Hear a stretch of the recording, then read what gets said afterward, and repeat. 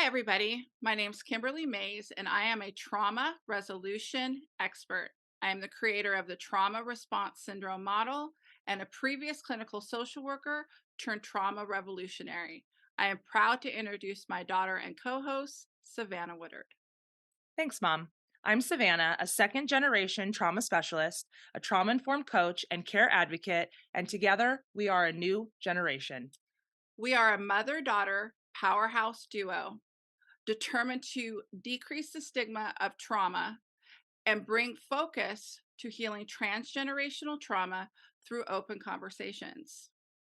Please listen as we share our story on how we healed transgenerational trauma through radical self-awareness and responsibility. Because remember, when families heal, Society heals. thank you. Thank you.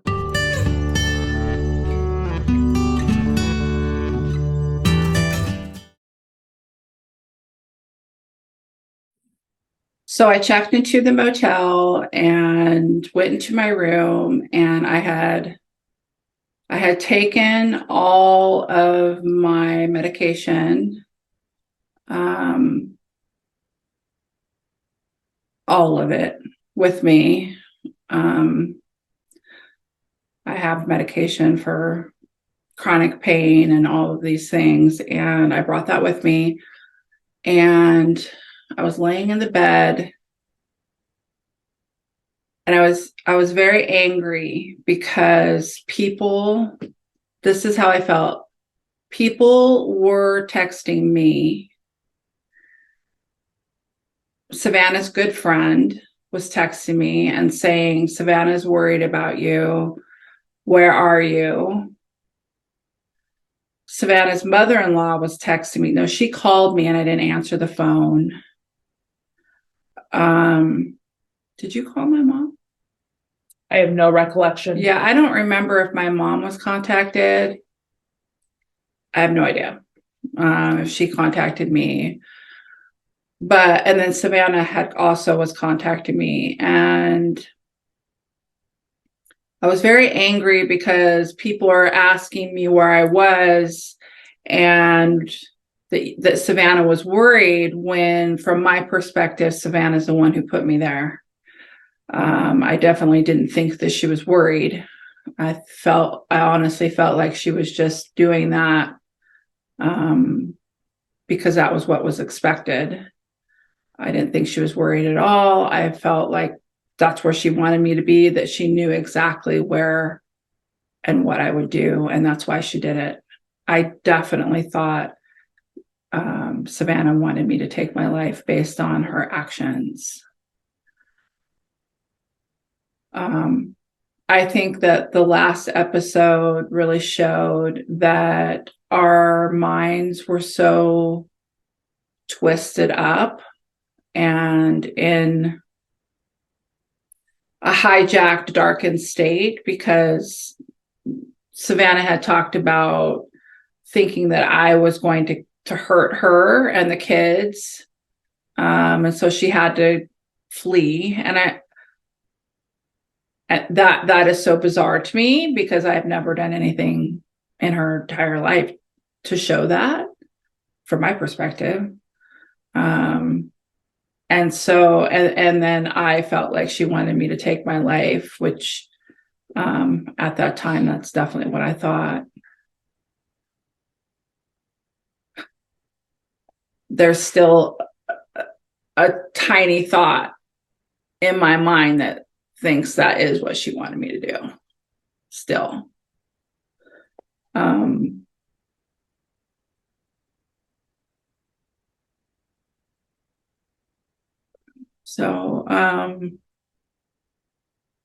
So that made me very angry.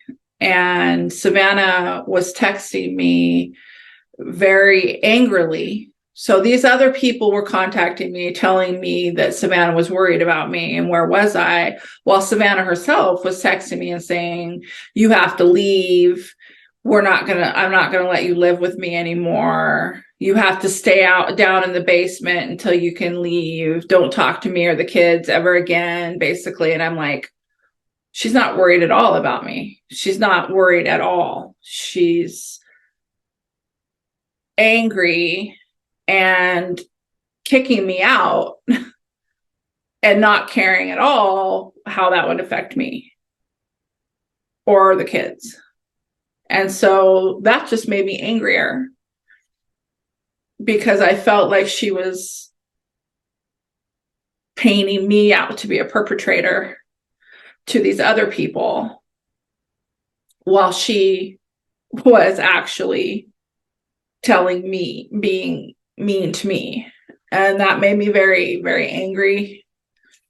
And I felt so angry that her friend was texting me because her friend has known us I've known her since Savannah and her were in sixth grade and eighth grade. And so she knew me when I was hospitalized all the time, when I was the crazy mom, when I was, completely off the rails. She knew that about me. And so I was put right back in that role again. And I was so angry and so betrayed because I was like, this is so unfair. I didn't do anything to deserve this. To that degree, I felt like I did everything I could.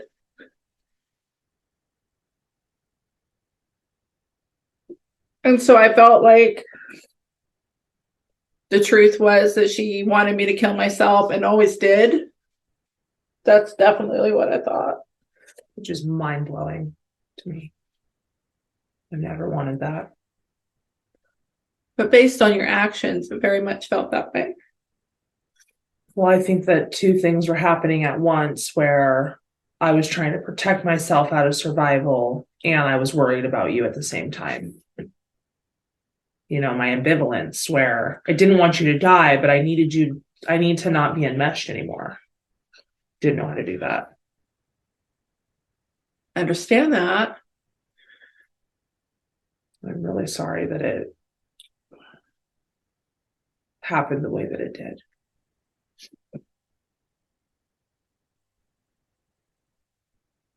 One thing I did that was probably a cry for help and attention or something. I texted my ex-boyfriend from college while I was there. Who? Brandon. Oh. And I hadn't talked to him for a few years because he's an asshole. I mean, he's very traumatized.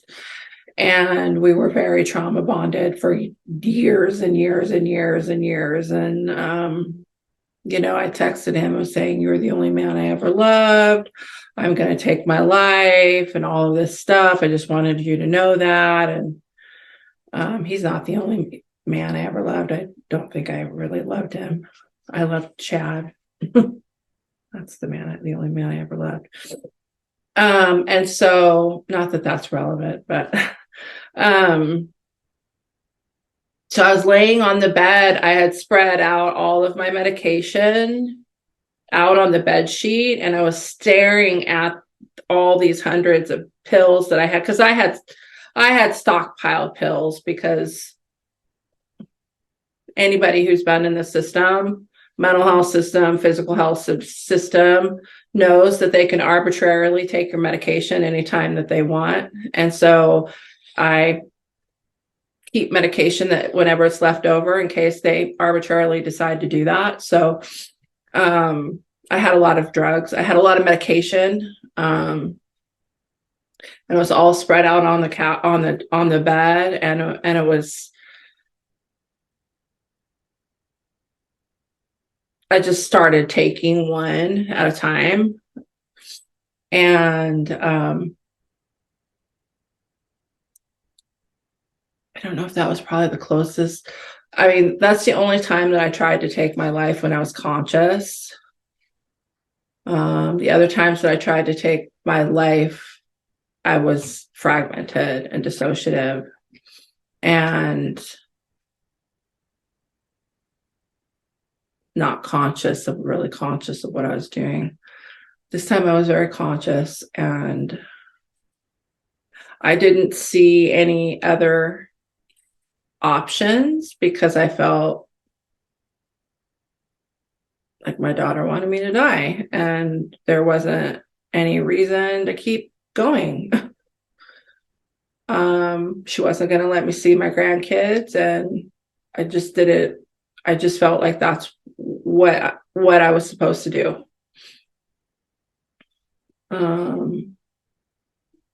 And so, well, before that happened, I decided to take my dog back to the house. And then I went back to the hotel, and I think as Savannah has said, taking the dog back to the house is what kind of triggered her to realize what was going on, because I wouldn't take my dog back, my emotional support dog, back to the house. And I think that that is what Savannah has said has triggered her calling the police. And so the police, there was a police officer that knocked on the door. And that wasn't the first time I've had that experience, involvement with the police in a trauma crisis like this. I knew exactly what was going on, and I was not going to have any part of it.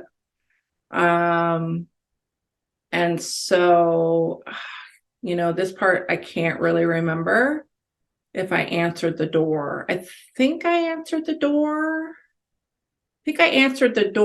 And there was a police officer there, and he said he was checking on me, and that there was some concerns based on a text that I sent, which I guess I texted. Did I text you? What did I say?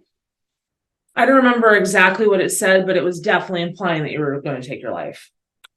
Yeah. And then you didn't respond. You said something, and then I was responding, and you didn't respond. You just left me on red. And so I was like, oh my God, she's doing it right now. And I was. And so I opened the door, and of course I was never going to be cooperative with police in that situation. So I said, I'm fucking fine. See, I'm fine. Didn't they see all the meds on your bed? No. So I said, I'm fine. And slammed the door. I'm sure I slammed the door.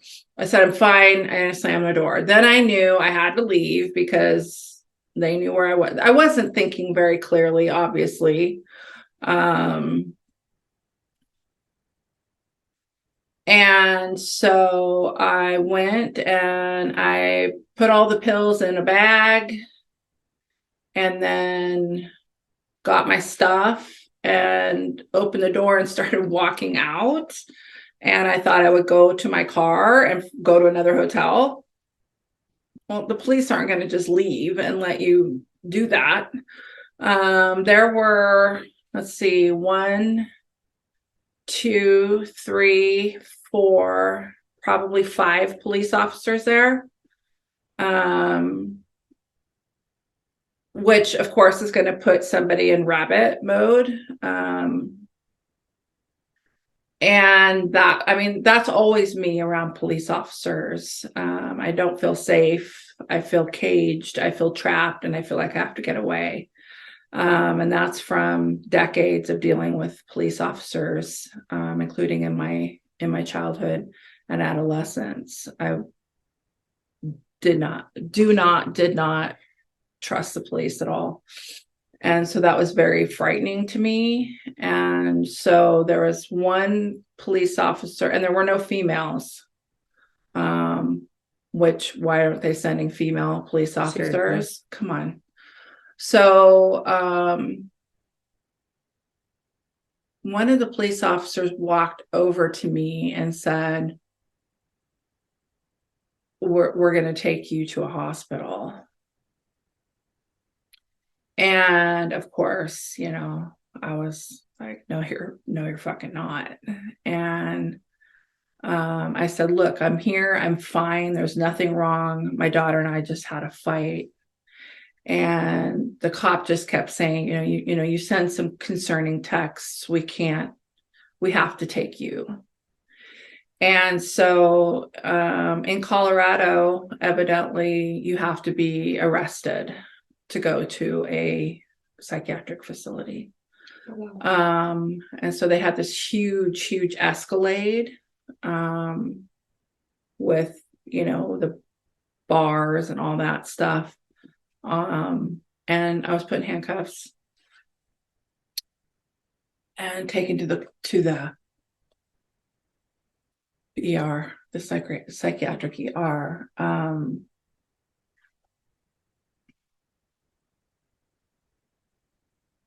I don't remember if I can't remember if I was being adversarial or if I was fighting or what I was doing. I can't remember that part because they did give me an injection of Ativan. And so I don't remember why, but probably because I was being adversarial. And so they put me in a room and it was so freezing cold. It was so cold that I mean, it was freezing cold. And there was a guy in the next room who was having some sort of psychosis experience and screaming that he was going to kill somebody, he was going to kill everybody. He was, going to kill everybody. There was another woman in another room that was just crying and screaming and crying and I mean, it was like,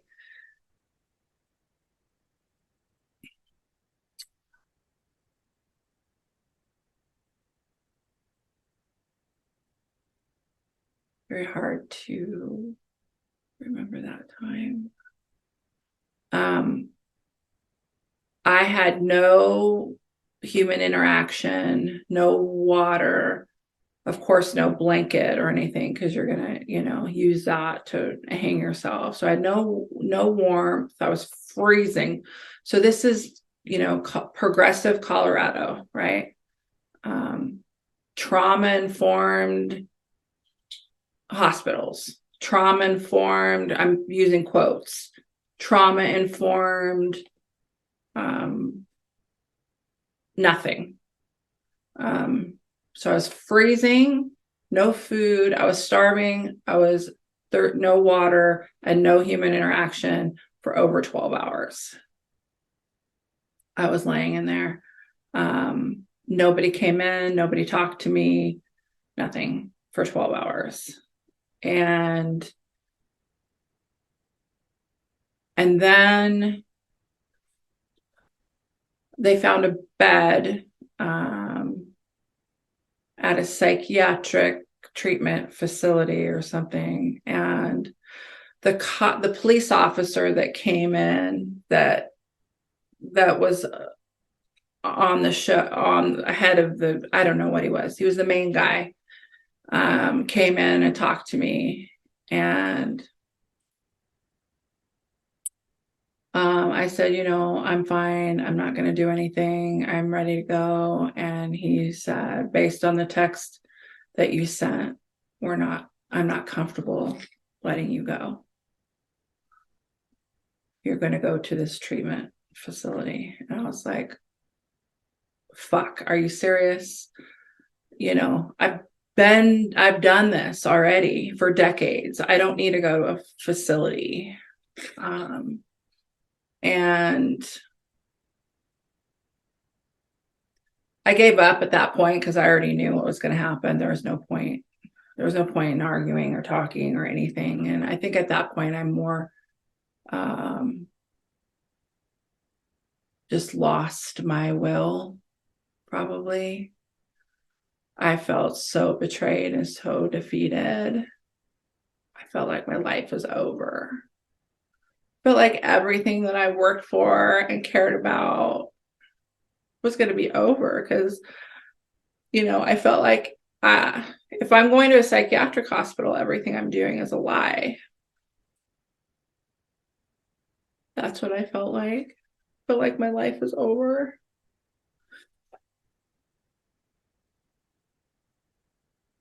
So they took me to this hospital in an ambulance, as usual. And I felt like the ambulance driver, the ambulance person, was more trauma informed and knowledgeable than everybody else combined. You know, I kind of explained to her what was going on, and she's like, okay, I understand. You know, she, a woman, I don't know where the trauma informed came in, honestly. It didn't. So I got to the hospital, and the first thing they do is make you strip search. You have to go to this room and strip naked and stand there in front of these two people while they check you and check your belongings. I don't know on what planet that would be trauma informed.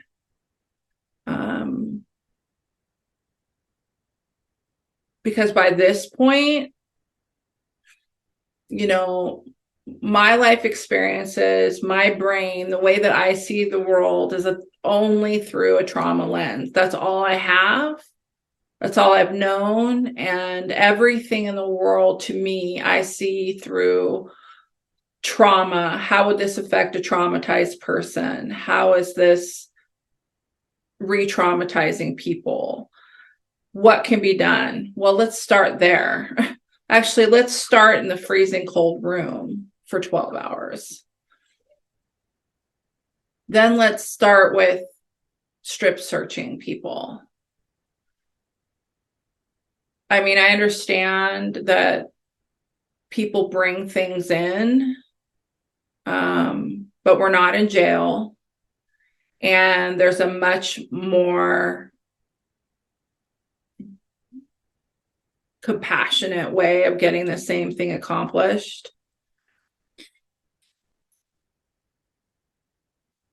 When you had already been somewhere for 12 hours and came in an ambulance, you would think they would consider that like you've already taken everything from you.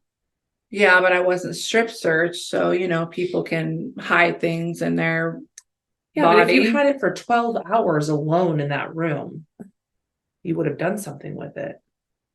You think. Oh, that's true. You know what I mean? Right. Like there's no rationale even, let alone compassion.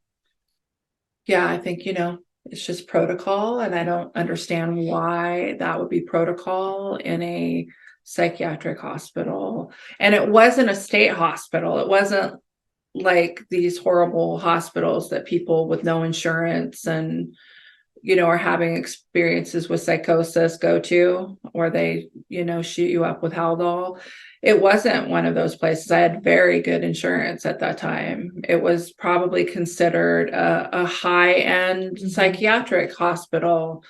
I've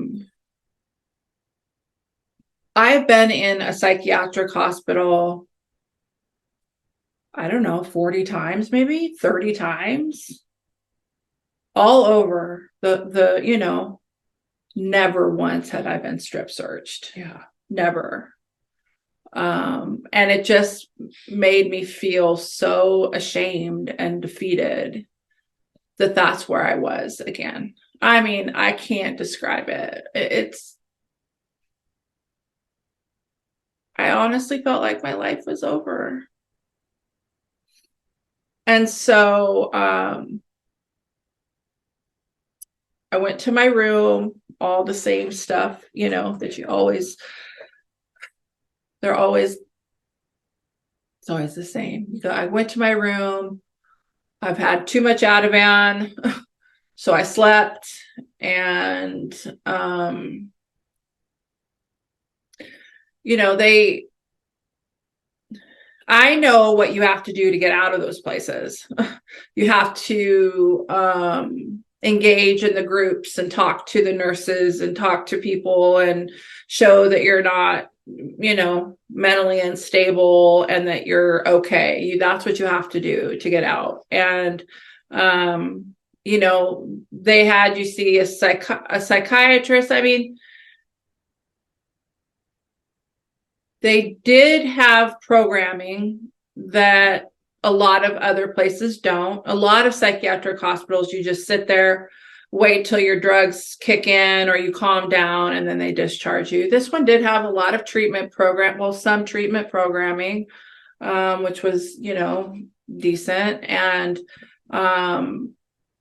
they did have, they wanted you to see a psychiatrist, a therapist, all those things, which you don't always see you rarely see a therapist when you go to a psychiatric hospital, at least the ones I've been to.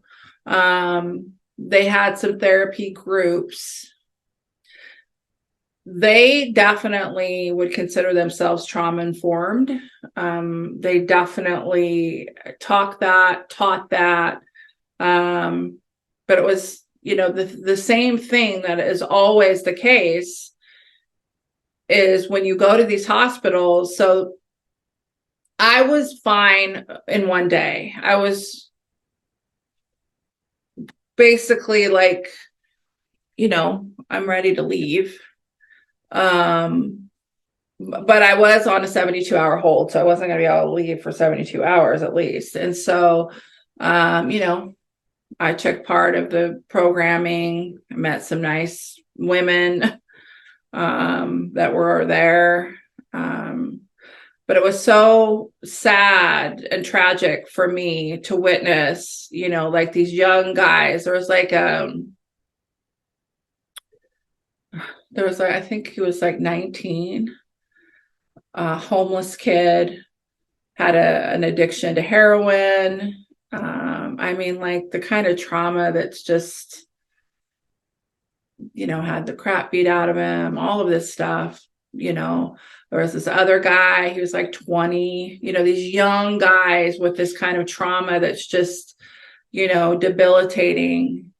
And they all, were acknowledged, yes, you had this horrible trauma, all this stuff.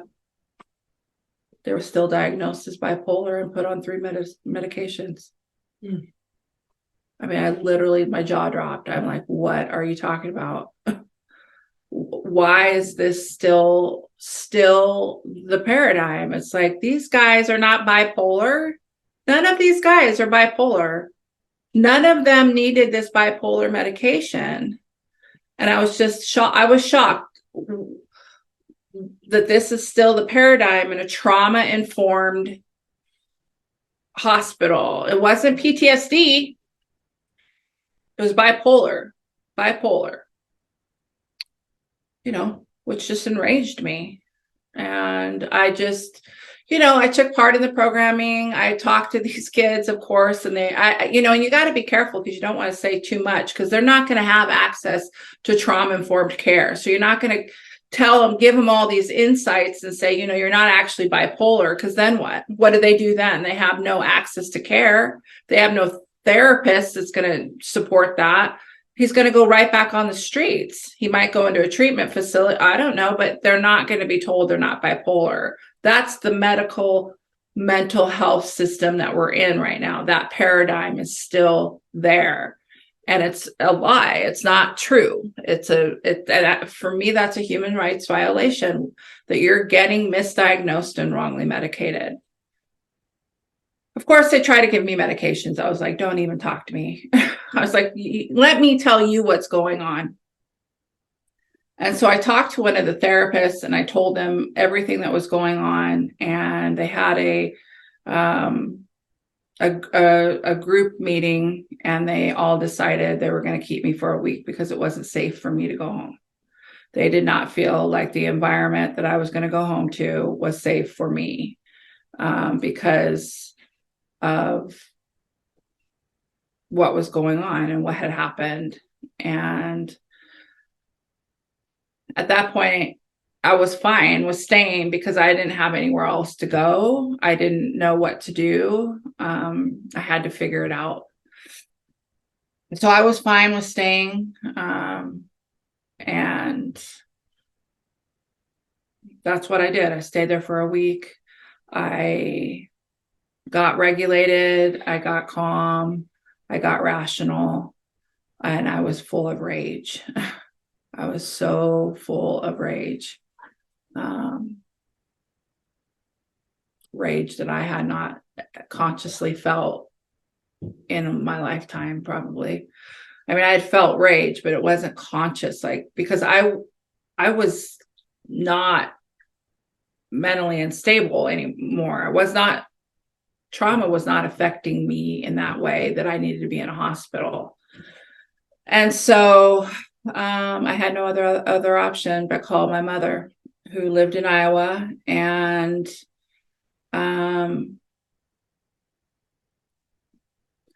that to me was,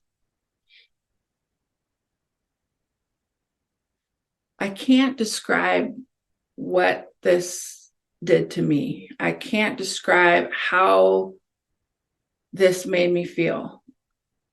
Rage, betrayal, hopelessness.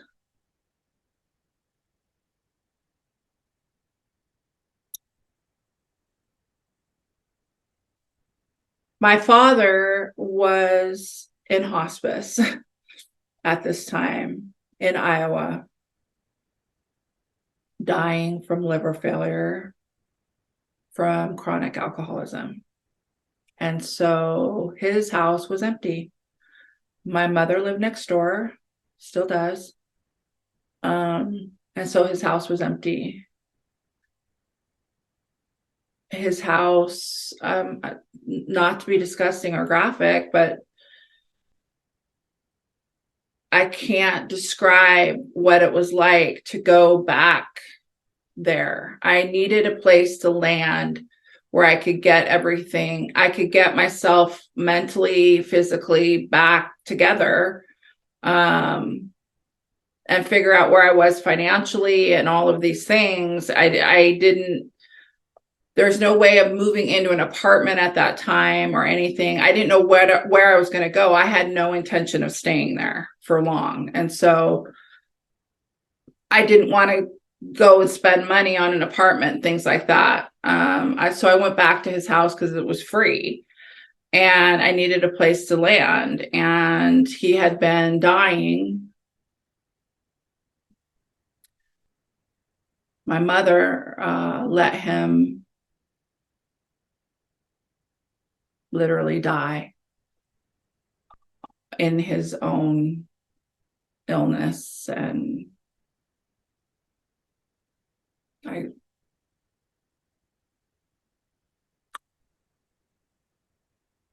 so there was feces, blood, vomit all over the place, in the living room, bathroom, everything.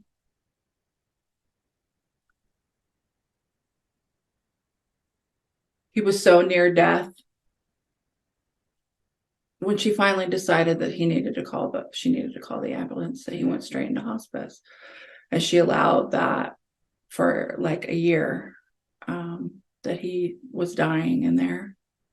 And so that's what I went back to. By that time, I was so hijacked and so manic.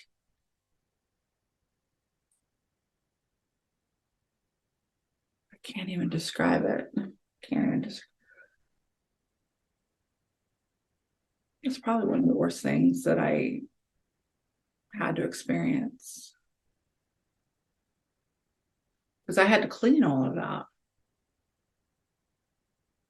There was mold. I mean, it was like a house that had been not taken care of, and there were mice. He was too sick. He couldn't even get off the couch. He was starving. I mean, there was mice everywhere, mice shit everywhere. It was, I had to go back to that, and I had to go back to the house that represented a lot of dark, painful experiences for me.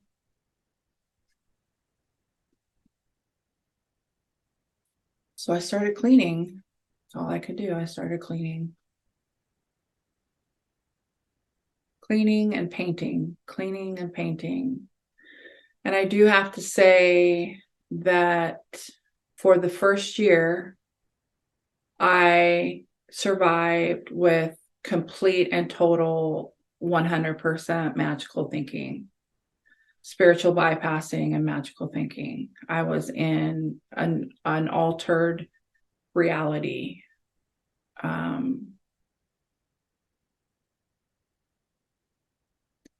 I walked around the neighborhood and I was in a complete altered state. Not based in reality.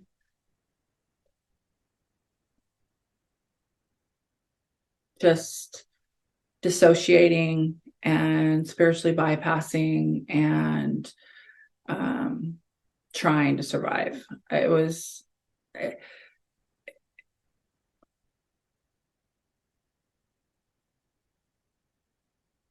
and so deeply hurt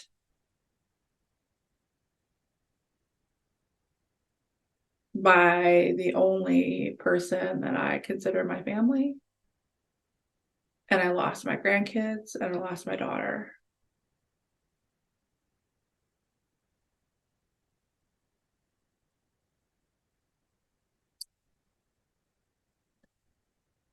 That experience, let's see, I was there from February 21 to October 23. No, to July 23. So 22, little over 2 years. And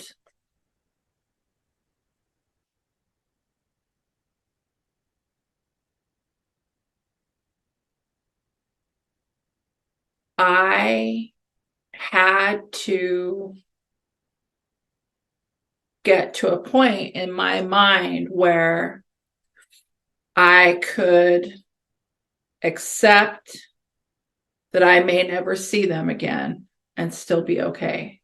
And that's why we're here today. Because that time they died. And I had to get to a point where I did not need her to be okay and survive. And that's what happened during the divide for me. There was that first year where I didn't know if I could ever talk to her again. And the way that she was acting and the things she was saying to my mom felt so wrong and so betraying to me that my mom kept saying, I don't know if she's ever going to talk to you again. And I kept saying, I don't know if I'll ever talk to her. I don't want anything to do with her. There's something wrong. I kept saying there's something wrong with her. I kept saying the way that she thinks and the way that her perception of this is wrong. There's something wrong with how she thinks.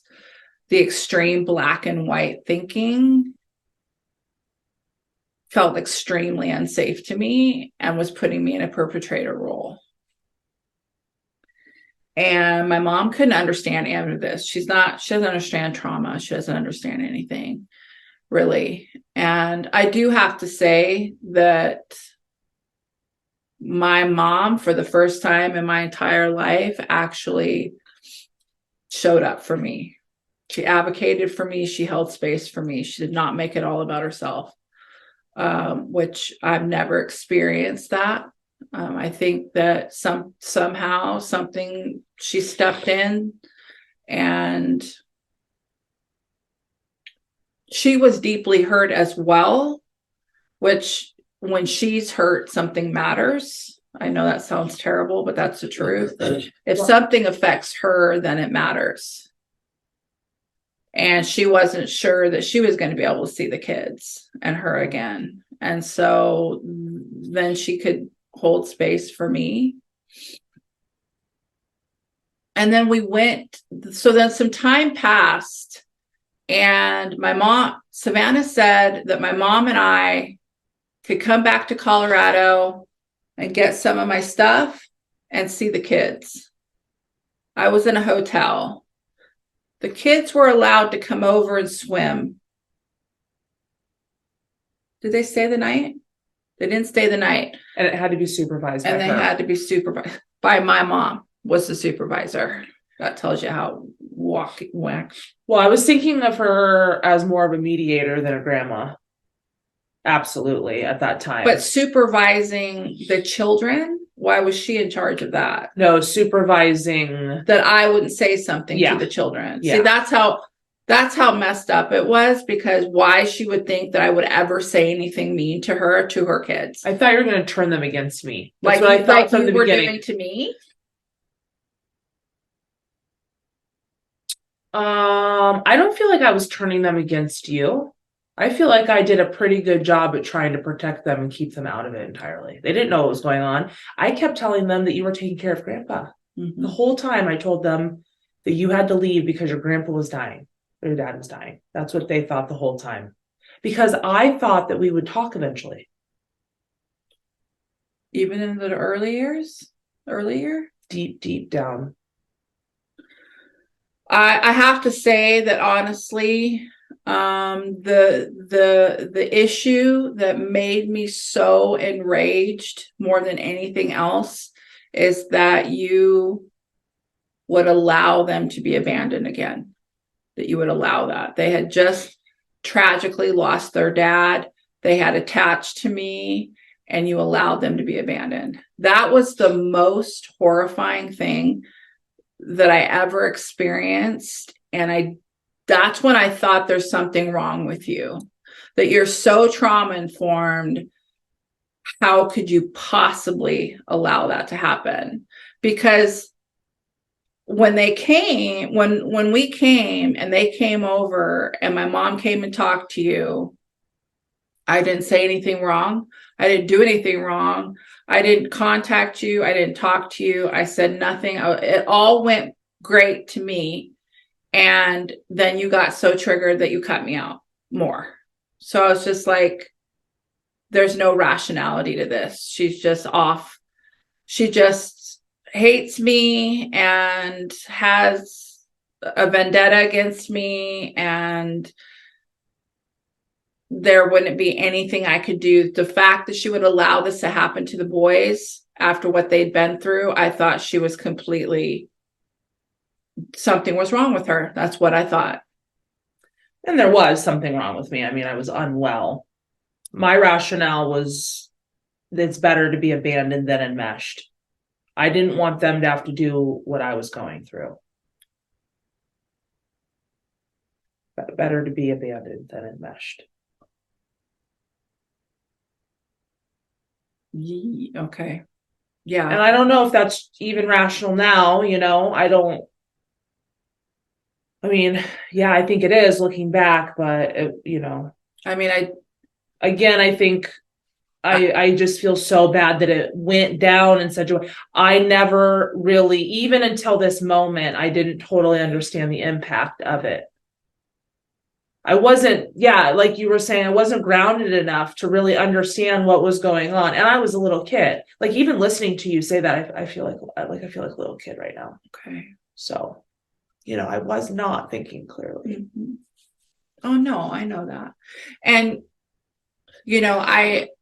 I have said that it took a couple years to get to this point where I feel like it had to happen that way. I don't know if something else could have been done as far as the children, but, I don't think that unless we would have had the divide like that I would have unenmeshed with you, because the clarity that I got during that time of like I've described, the physical feeling inside of me that I felt toward you and the kids of enmeshment was unhealthy for me and you And them. and due to the intensity of our interactions, I don't think that we could have necessarily gotten to a point where we could have talked about it, because we couldn't have interactions without being violent towards each other. So we had to get to a point where a lot of that stuff for me just stopped. Like, I didn't want to fight with you or get my needs met through you anymore, and so that just, those feelings just stopped. Do you feel like that's because we both, our hijack came down? Because I was thinking about that the other day. I feel like we were so hijacked, and then once my brain settled, I was like, oh wow, which just sounds like kind of what you're describing, of like all of a sudden my brain chemistry kind of evened out and my rational mind came back, and I was just like, oh wow, it just hit me in a way that it, because when you're for all of you listening, when you're hijacked like that, there's not a whole lot you can do until your brain just comes down. Right. You just have to wait for your brain to come down. Like, we do all of these things, like I've shown it on my TikTok. I have like a 8-step thing that I do when I get that hijack to bring me back down. So most of the time it works, sometimes it doesn't.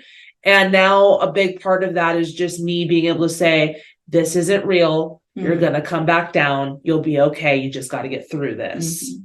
What about you? Do you think that that's what happened? Is the hijack kind of settling? Yeah, I mean, I think time passed and I came out of my kind of magical, delirious thinking. I mean, that's the only way I could survive that.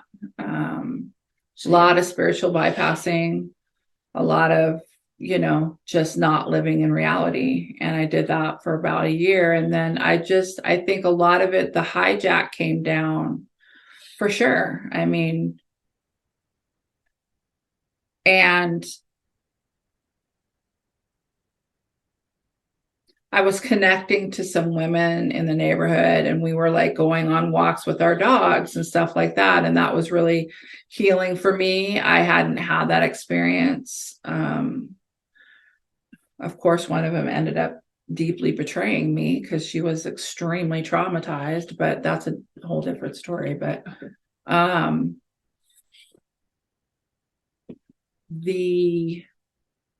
I feel like I just started taking radical responsibility for myself. Like, I felt different inside towards you. And that was because,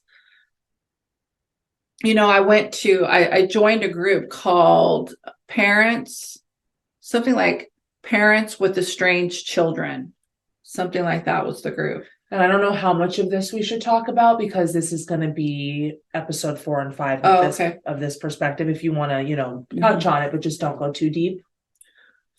No, we can go. We'll save it for that. Yeah, okay. Yeah. I don't mean to stop you, but I just feel like that's where we had agreed we were going to stop. Because next, so we've done a daughter's perspective, a mother's perspective. We're going to talk about opposing perspectives. I think, now that we've both shared, it's mind-blowing even for me to hear all of that happened, and just like, obviously my privilege. I really recognize my privilege in this situation, trying not to feel guilty for that. That I was a lot more comfortable.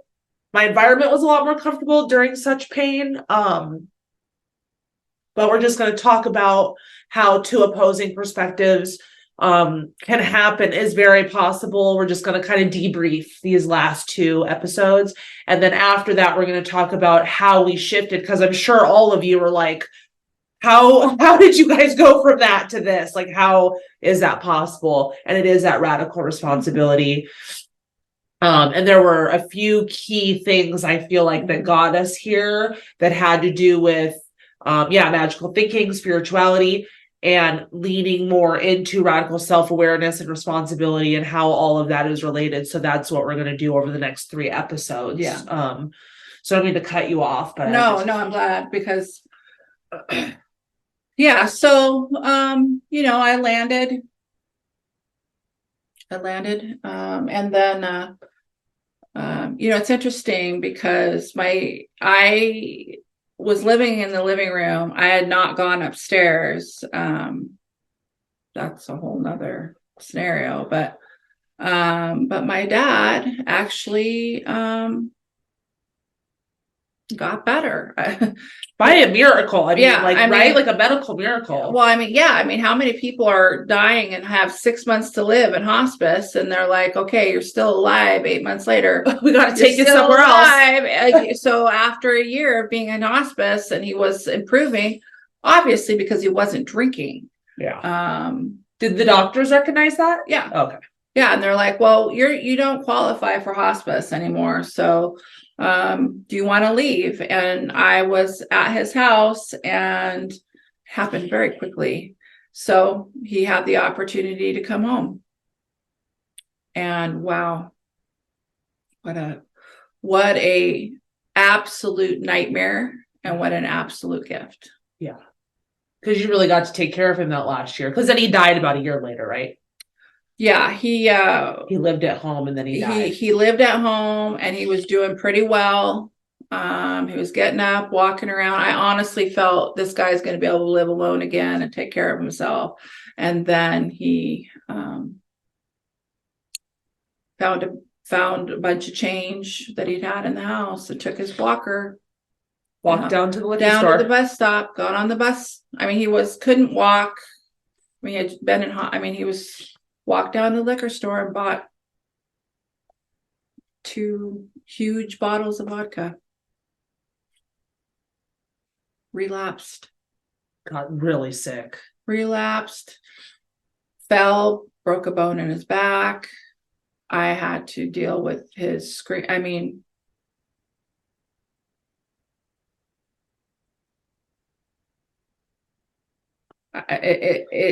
it's so traumatic. It's like silencing me of what I had to go through. I can only imagine it was really bad when I was there. Not being sick, obviously, but being sick, yeah, from drinking too much, but not to that degree. I've dealt with hangovers and shitting all over the toilet and stuff, so I can only imagine what it was like, 10 years later with liver damage. Well, and that relapse killed him. Yeah.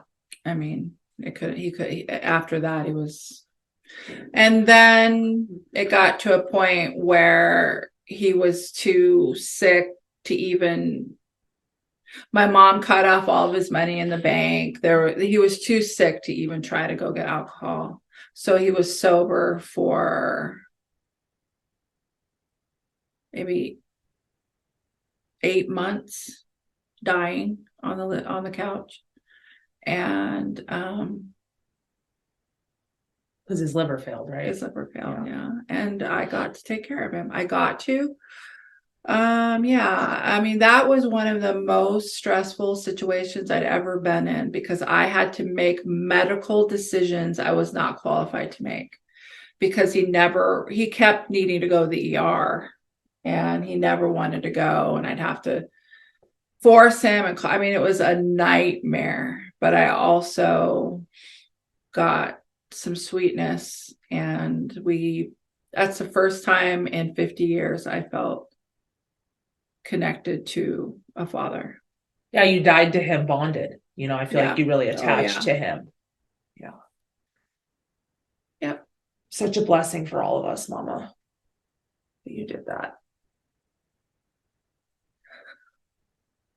And I'm really glad, that I was there to help you through that at the end, and that we were talking. Could you imagine if you went through that without us? Oh man. Being reconnected and everything. That's why sometimes it's really hard to believe, but that's part of why we're telling this story, because things are meant to be a lot of the time, even when it's so hard, it's so challenging. We're a prime example of like the worst case scenario turning out to be what it was supposed to be. You know, like the fact that we're here talking about this right now. I can't believe that the life that we've had. I mean, this is a like 2 or 3 year period over, you know, decades of this kind of stuff. So a lot. I just want to say I'm really sorry, Mom, for everything I did. It was really hard for me to listen to. I can only imagine you reliving it, and I'm not. I'm sorry. Thank you. But I'm sorry. Too.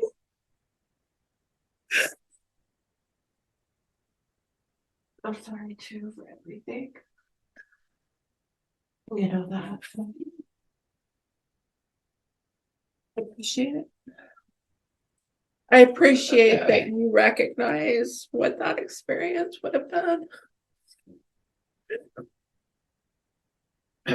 Yeah, especially when you had come so far already. Yeah. That's what it was. That's I was so like, sad. what the fuck am I doing in here? That's what's so sad. Thought my life was over. I just have to tell myself that it's not my fault that I got to that point. Like I was already so traumatized. You know, there was a reason why I did all of that, or I would just not be able to live with myself. Yeah, of course. You know, like I was so pushed to my edge, like our enmeshment created that. It wasn't like I was making it up. No, like, I would have had to do that so many times when I was a kid. It was just like a neural habit, you know, like I couldn't even help it. You know, it was completely out of my control. I didn't even know what I was doing until like a year ago. I didn't even know what happened.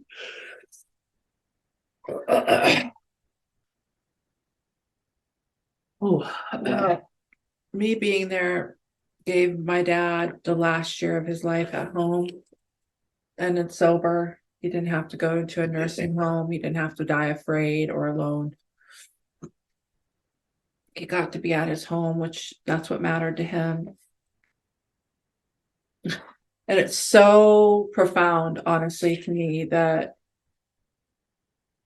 I mean, I am going to say I'm impressed with myself, because the trauma that I experienced at the hands of that man, when I was a kid, he was the reason I ran away and became homeless.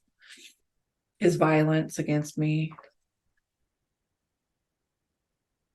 that I was able to get to a point where none of that mattered, and I was able to just love him and hold him and have compassion for him while he was dying. And that's it. That's all it was. There was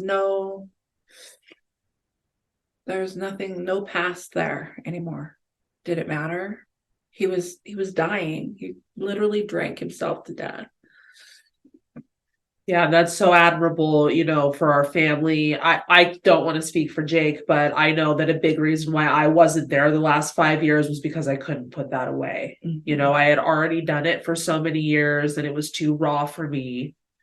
And if you hadn't stepped up, he would have died alone, because I was too wounded. I think that's probably true for Jake too. I don't want to talk for him, but you know, I think that he consciously took space from his family to get sober and get well and everything. So, you know, that you didn't only take care of him for Tim, but you did it for me and for Grandma and for Jake. And of course. It was really, I didn't want really appreciate it. I wouldn't have been able to do that after everything I had gone through, to then go take care of Grandpa in that house. I know.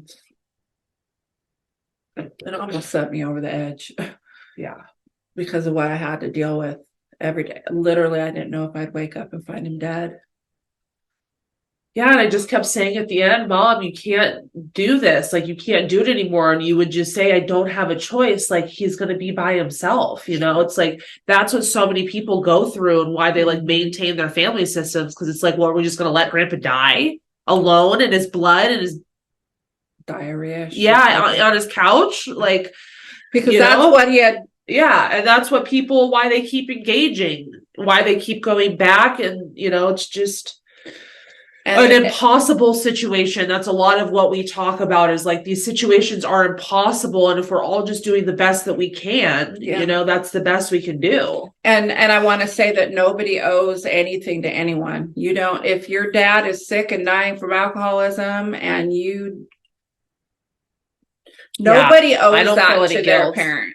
Nobody. You don't owe that. You can say absolutely not. Put him in a home, let him die at home. I don't want anybody to think that that's what is expected. Yeah. I was in a place where I was able to do that. And I don't really recommend it. No, I really don't. No. Except for the closure, the sweetness at the end of,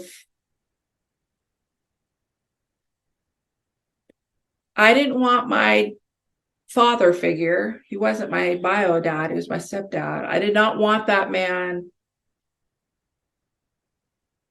to have nursing home nurses be cruel to him. So strange. I didn't. Really shows your deep empathy and compassion as a person for humanity. You're really able to separate from him as a person. Yeah, I mean, and just see the humanity of the situation, which really says a lot about you, Mom. You're a good, integral person. Thanks. And honestly, that man's heart was good. He was such a good guy. It was a really sad, tortured situation. Tragic situation. Anybody that knows him, any of our friends or family, we just all love him. People would come from far and wide. They came from Colorado. They came from California to visit him when he was in hospice, because that was when he was supposed to be dying.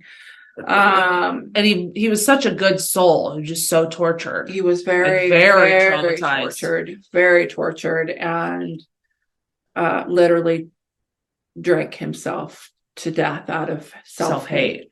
And when I was young, he was addicted to meth, and so that was a whole different violent experience. And when he stopped doing that, there was still some violence. But in his older years, it just became tragic. So now, he died in January and it's October, and I'm in another state, and I'm by my family and my kid, my grandsons and other family, and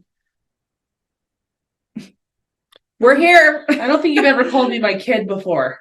Yes, I have. I don't know. I think you always say my daughter. I call you my kid. It's like a different term of endearment. Like, oh, my kid. Like my kiddo. Right. My kiddo. Yeah. Oh. Is there anything else that you want to say? Not today. So, thanks everyone for listening and holding space. I hope our story reaches you and touches you in a way that helps you heal or get some insight or some understanding. If you ever have any questions, feel free to reach out. Yeah, and stick with us. On Wednesdays, we release a video on YouTube, and then we have audio across the board. We're now also on our iHeartRadio.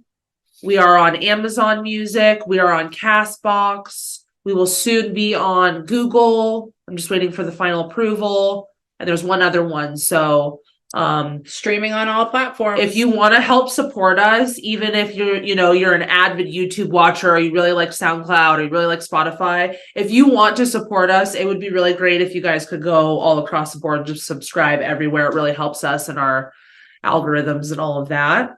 And next week we're going to be talking a little bit more about the opposing perspectives and kind of how we met in the middle and how we were able to compromise. I think that was a big part of our healing, was that we learned how to compromise and meet in the middle.